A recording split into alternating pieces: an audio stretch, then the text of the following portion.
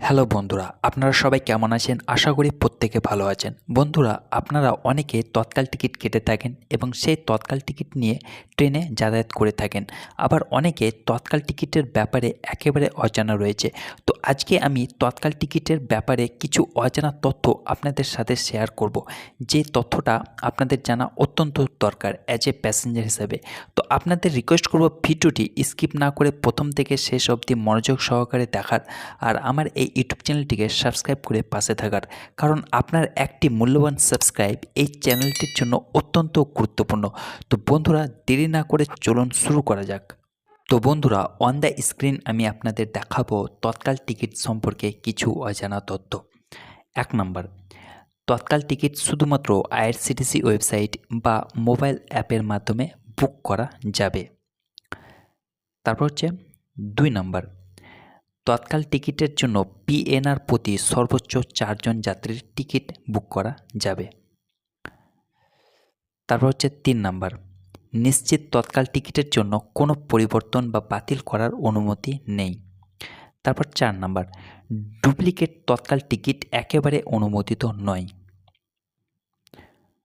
তারপর হচ্ছে 5 নম্বর, web service এজেন্টরা তৎকাল ticket book করতে পারবে না কোনো রকমভাবে। তারপর হচ্ছে বন্ধুরা, হিডেন চার্জ। তৎকাল টিকিটের জন্য হিডেন চার্জ কত? 1 নম্বর, অতিরিক্ত তৎকাল চার্জ হচ্ছে 100 থেকে 200 টাকা। তারপর সার্ভিস চার্জ হচ্ছে 15 থেকে 30 টাকা। তারপর হচ্ছে পেমেন্ট গেটওয়ের জন্য অতিরিক্ত চার্জ দিতে হবে।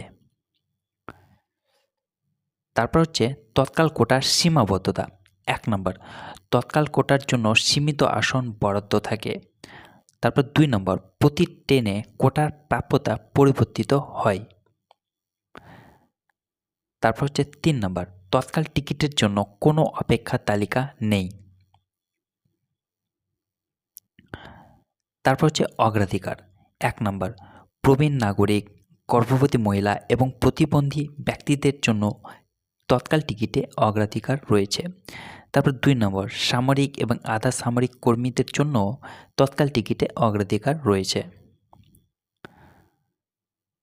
তারপর হচ্ছে প্রযুক্তিগত প্রান্ত।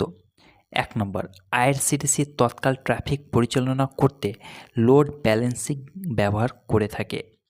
তারপর 2 নম্বর, তৎকাল টিকিট দ্রুত বুকিংয়ের জন্য স্বয়ংক্রিয়ভাবে পূরণ করার বিকল্প রয়েছে। তারপর হচ্ছে নিরাপত্তা ব্যবস্থা। 1 নম্বর, ক্যাপচা যাচাইকরণ। তারপর 2 নম্বর, ওটিপি যাচাইকরণ। তারপর হচ্ছে বুকিং পরিসংখ্যান। 1 নম্বর, প্রতিদিন 2 লক্ষেরও বেশি তৎকাল টিকিট বুক করা হয়। তারপর হচ্ছে 2 নম্বর, পিকড ঘন্টা। সকাল 10টা থেকে দুপুর 12টা পর্যন্ত তৎকাল টিকিট বুক করা যায়। তারপর হচ্ছে তৎকাল টিকিট বাতিলকরণ নীতি। 1 নম্বর, নিশ্চিত তৎকাল টিকিটের জন্য কোনো ফেরত নেই। তারপর 2 নম্বর, বাতিলকরণ চার্জ প্রযোজ্য, ভাড়ার 50%। তারপর হচ্ছে সাম্প্রতিক আপডেট। 1 নম্বর, তারপর হচ্ছে সাম্প্রতিক আপডেট। 1 নম্বর, বর্ধিত তৎকাল কোটা। তারপর 2 নম্বর, বুকিং করার সময় কমে গিয়েছে আগের থেকে। তারপর হচ্ছে তৎকাল টিকিট বুকিংয়ের কিছু টিপস। 1 নম্বর, আপনাকে হাই স্পিড ইন্টারনেট ব্যবহার করতে হবে। তারপর 2 নম্বর, আপনাকে প্যাসেঞ্জারের ডিটেলস যত তাড়াতাড়ি সম্ভব পূরণ করতে হবে।